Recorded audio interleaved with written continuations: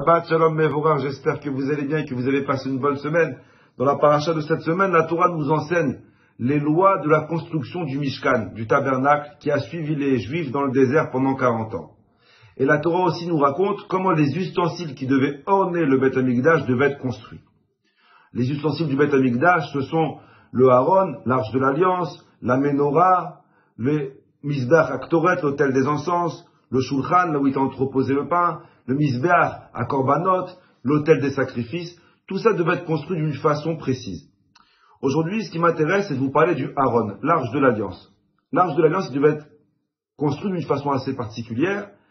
À l'intérieur du Haron, il y avait les Luchot Abrit, les tables de la loi que Moshe Rabbeinu il a descendu du Har Sinaï. Mais la Torah elle nous dit qu'il devait y avoir autour du Haron des badim. Des badim, ça veut dire des bâtons. Pourquoi des bâtons, vous allez me dire? Pour pouvoir transporter le Haron.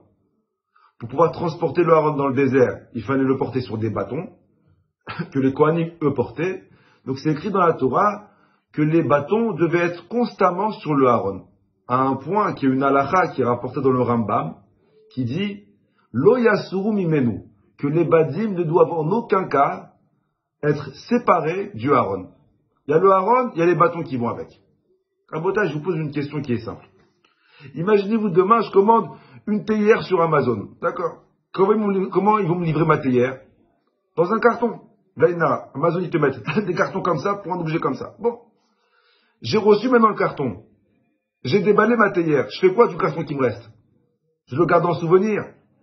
Je le mets sur la tête de mes gosses. Le carton, je le jette. Le carton, il servait au transport. Plus de transport, plus de carton. C'est logique. Alors, je vous pose une question. On sait comme quoi le Haron, l'arche de l'Alliance, elle était entreposée dans le Mishkan pendant 20 ans sans bouger. Alors, enlève les bâtons. Et tu remettrais les bâtons quand on bouge.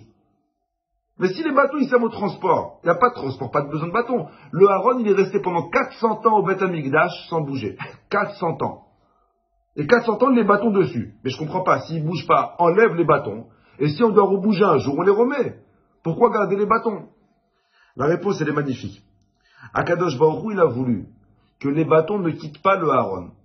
Que le Haron soit toujours prêt à être transporté. C'est ça le secret. Même s'il ne bouge pas, mais il doit être prêt à bouger.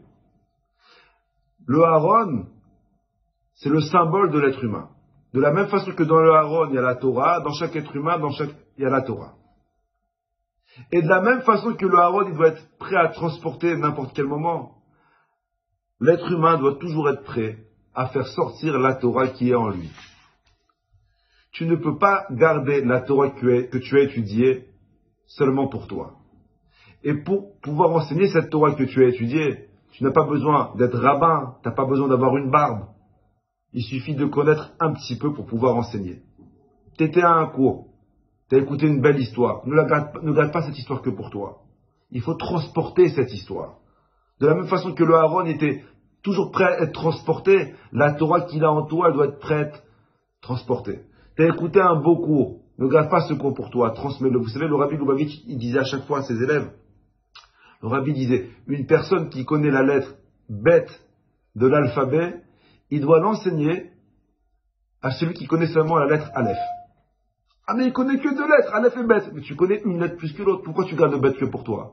Enseigne le bête à celui qui connaît que le Aleph.